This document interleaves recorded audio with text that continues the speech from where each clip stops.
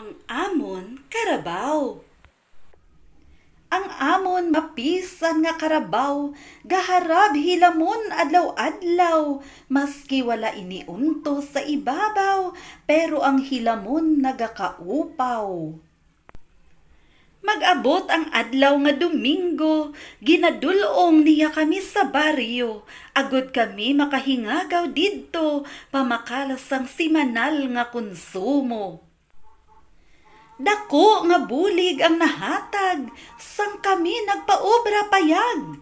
Sa madanlog nga dala nagahakot, agud materyales makalabot. Apang sang kami ang nagtanom, puno sang saging nga matahom. Iya ini nga ginharab kaginlamon, kay wala natalupang dandayon. Gani kun kamo may karabaw, indi pagpabayan nga maglagaw, agud mga tanom nga nagapadayaw, indi malabot kag magkalaupaw.